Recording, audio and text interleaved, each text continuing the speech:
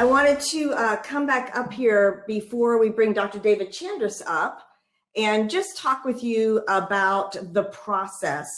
We've learned so much about gamification of learning over these past, how many hours? Does anybody know what hour we're actually on right now? So as we think about all the content that we've learned and all the ideas and the creativity and the sharing and the innovation that we've been experiencing, I did want to touch on the process that Sententia Gamification uses. When I was gamification back in 08 and 09 and 10 and 11, and I did not know that gamification was a genre at that point. In fact, I had a client call me in 2012 and say, Monica, I know you do that gamification thing. And I was like, I do what? And I didn't say those words out loud, but as I was telling her, yes, her idea was brilliant, I was Googling gamification because although I was doing it, I didn't know that other people in the world were also doing it. So as soon as I found that out that August day in 2012, I started taking a deep dive into the community and found many of the awesome people that you have met so far over these past couple days as I started exploring from across the globe, just the brilliant minds who are doing gamification design.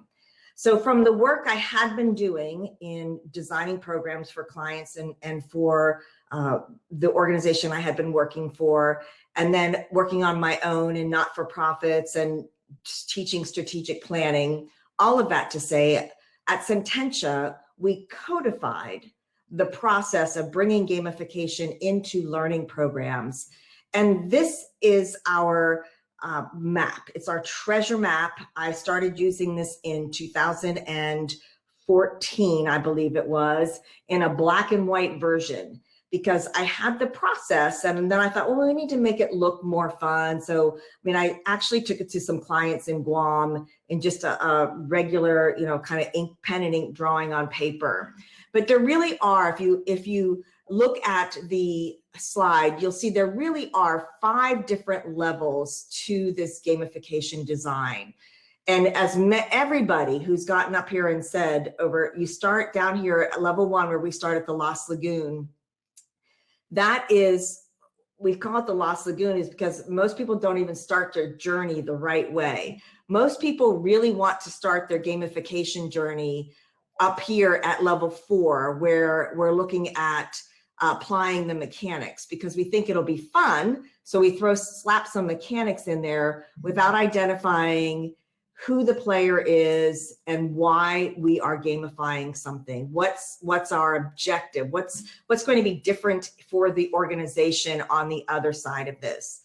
After we do that, which is usually for us the longest, and I'm not going to say most difficult, but it's a lot of data to gather. And then level 2 is where, for me, the real fun comes in, because now we start wrapping in some kind of adventure, like the adventure that Bernardo, this beautiful adventure he's created for us in Gamicon, this journey he's taking us on. So we use some kind of narrative or overarching theme to tie it all together. It goes back to what Wanting and Matt were just talking about as far as that emotion. We know from research that emotion in learning helps the learning to stick. So, and we want that, right? So then level 3, because this is content, how will that content actually be delivered? And that's one of the reasons that I love our next speaker so much, Dr. David Chandris, because well, first off, he's brilliant, but then just the way he crafts content into adventures is some of the most masterful I've ever seen. And he always shares that so generously. Whenever he shares his projects that he's done, I'm always like, oh my gosh, that is just brilliant. It's just brilliant. Then after all of that groundwork, we get to go into, now what are the mechanics and how will we weave those in? And then the very last level is what I call Shipwreck Reef, because again, we get this far, but oftentimes we wreck here because we don't do the job of syncing it all together. And when we go back and do an audit on the program, generally we find one of 2 mistakes, big mistakes happened. One is that we created a really, really fun, engaging experience, but we forgot what our objective was all the way down there in level 1 in the Lost Lagoon. So we've got this great experience, but in no way is it going to help us achieve the objective that we said it would. And the other thing that I see, unfortunately, is that yes, we'll achieve the objective, but still it's pretty dry, dull, stick a pencil in my eye kind of training, you know, like kill me now. Because if I got to sit here for however long you're going to make me sit here, I'm going to die anyhow. So this is the process that we teach, and we cover these 30 steps in our level 1 certification. We have one coming up on March 13th. And so if you're new to gamification, if you've not yet done design, we would love to take you through this journey and show you exactly how to do it. As I mentioned yesterday, level 2, we take you, and this is our level 1, our gamification surveyor. Level 2, as a journeyman, you get as far as a low resolution prototype, you develop player personas, and also you map out your OKRs, your objectives, and you work on a guild in level 2.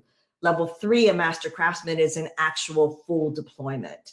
Most of the guild leaders have gone through as master craftsmen. Some of them are very gifted journeymen. And so I reached out to some of our most gifted journeymen and asked them to also work with you. So you can ask the guild leaders questions they might have about the process. And I just wanted to share that with you, that a lot of this information is great, right? Knowledge is good, but doing is better. So with all this knowledge now, what will you do with it? And I want to show you what you can do with it, as far as what thousands of people just like you have done, from single mom and pop operations all the way up to Fortune 1 companies. So I just wanted to share that with you before we bring up David, because David was one of those early influencers for me. When I started seeing some of his work,